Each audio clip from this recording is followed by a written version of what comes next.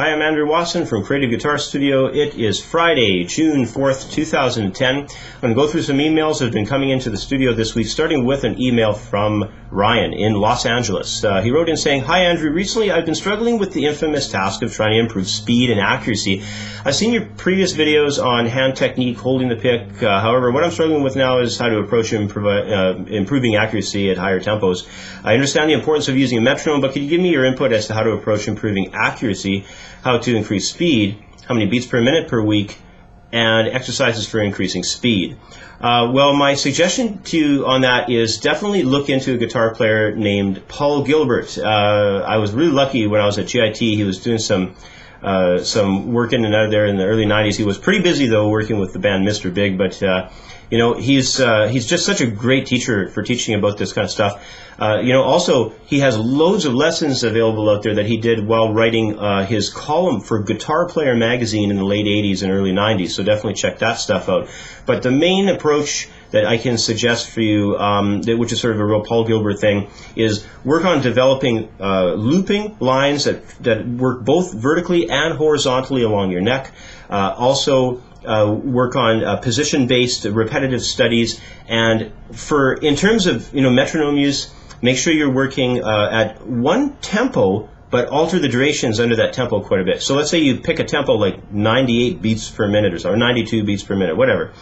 Then under that pulse, try eighth notes, then go into eighth note triplets, then go into 16th notes, then try 16th note triplets, and then 32nd notes. So, hopefully you're starting to get the idea here. The metronome pulse is staying the same. You're changing your durations like crazy under that, and if you just follow a basic premise of never go too fast too soon, always play perfectly, never play sloppy and think that that's going to help you, because it obviously won't. That kind of work will really help you out a lot. Let's go to the next question, and this one's from Paulo in Brazil. He writes in, "Hey Andrew, my question is about getting a good rhythm and melody together, and also how to practice straight 16th note grooves in a funky thing. I just can't seem to grasp that. I like more funky groove things. I liked your last lesson on it and the lesson on altered chords. Thanks," from Paulo in Brazil. Well, for the idea of doing both rhythm and melody together, that's basically the whole composing and arranging thing. Watch the videos that I've been doing on harmony and theory. Really get your key signatures together, understand intervals, understand how they operate. Do a lot of research online. There's a lot of great stuff written about composing and arranging. Really understand your key signatures, though, and how harmony interacts with scales, because that's a massive part of basically doing the work with developing rhythms and melodies together. One thing you could do is make up a chord progression and take the key center that you're in, combined with the scales that go along with that key signature, and vary your rhythms through a melody, and write a melody with no instrument. Just sit down, with the pure penmanship, pen to paper, and write a melody. It's very good work. And as far as 16th note stuff, developing 16th note patterns, my suggestion is sort of twofold. One would be look at just a single beat of 16th notes. Obviously there's 4 16th notes in a beat.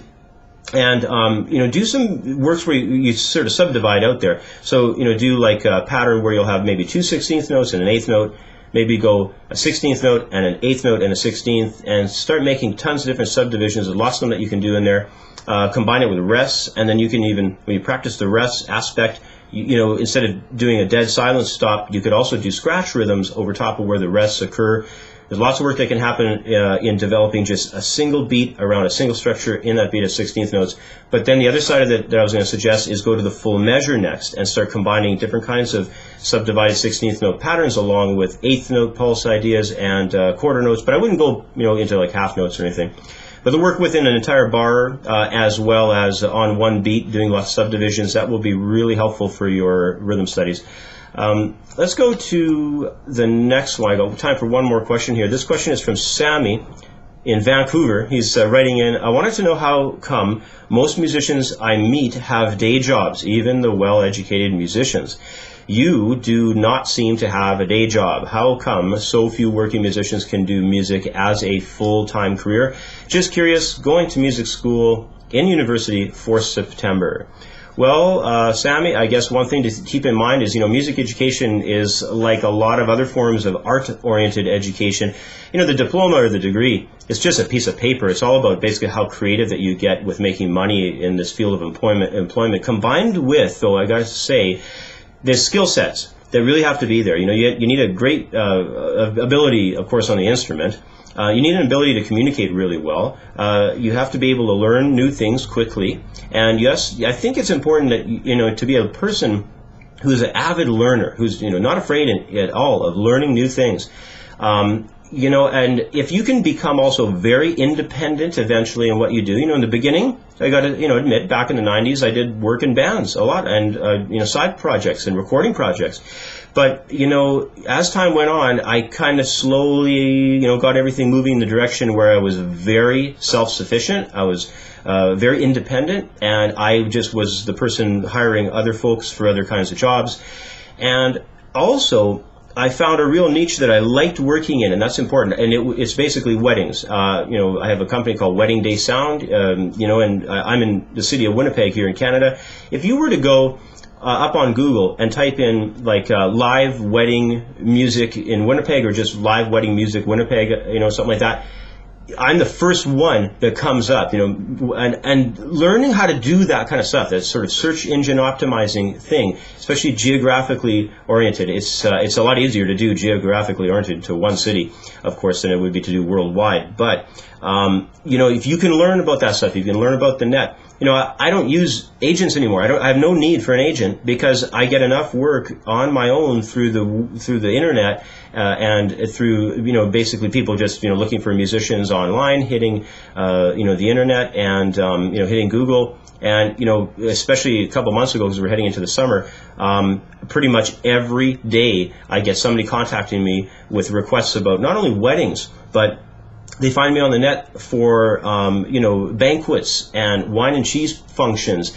I do work in the winter, for people who basically get married. Let's say they go to Cuba and get married, and they come back and they have a wine and cheese party at a local hotel ballroom or something, because not everybody could obviously go to Cuba, So this kind of stuff is the key factor, along with, of course, being the avid learner and great communicator and great skill set on your instrument. But basically being independent eventually. And then also, of course, I would have to say in a long-term sense, another aspect too is creating forms of passive income, things like having CDs, book projects that you do. And, like I got my modes book, which is a really great seller. I've got a book called Accelerating Your Learning Curve, which is a really great seller on the internet.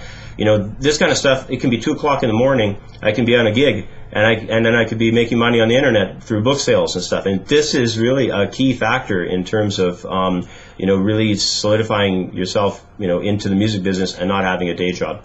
So hopefully that helps out with that question a little bit for you. Now, I got to take off. I got some stuff I got to get to later this afternoon. So I'll be blogging again next week. And until next time, thanks again, and I'll catch up with you on the next video. Bye for now.